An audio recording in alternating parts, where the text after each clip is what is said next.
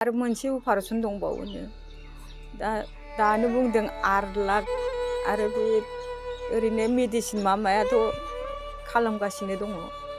दा बे फैसाखौ आं अबाव मोननो बे हाखौ फानबाबो जानाय नङा आरो हायाबो एसेल'थार अबाव थानो ओमफ्राय फंबाय सासे दङ। दा बेसेबां बिदों नांगौ मा खालामनो ओमफ्राय फिसाखौबो आं बोरै बुथारनो।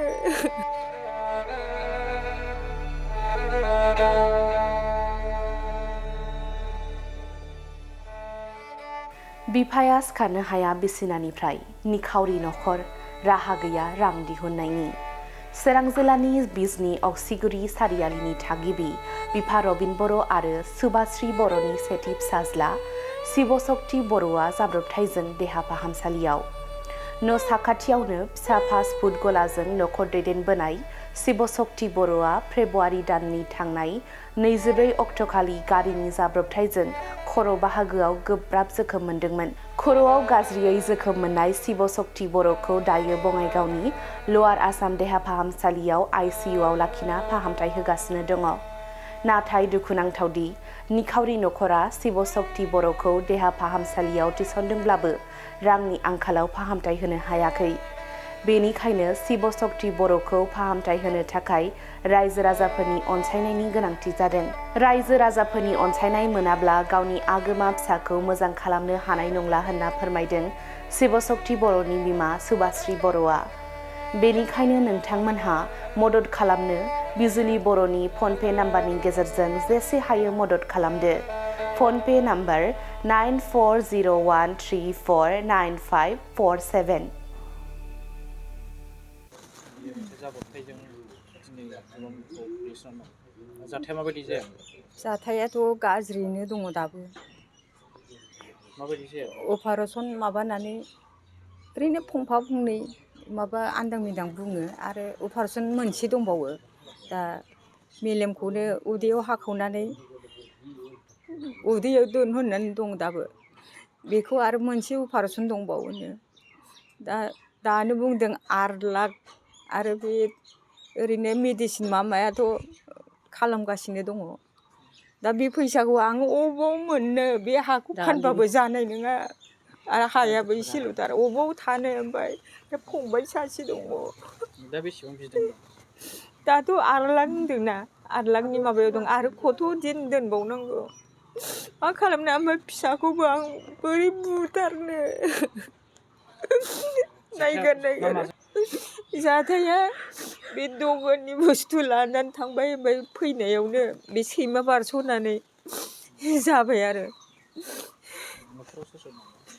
न'खराव बे फिसाला सासे उन्दै दं बे उन्दैसिन बेनिफ्राय ओमफ्राय बिफा दंमोन बिसिनायाव गोलैनानै बे फिसालाखौ आवथायनांगौ जोथोन खालामनांगौ होननानै बिमा सासे दंबावोना बे दा माबा दस्रायाव थायो दा लाना थांथ'दों बै बाथाबारि होननायाव।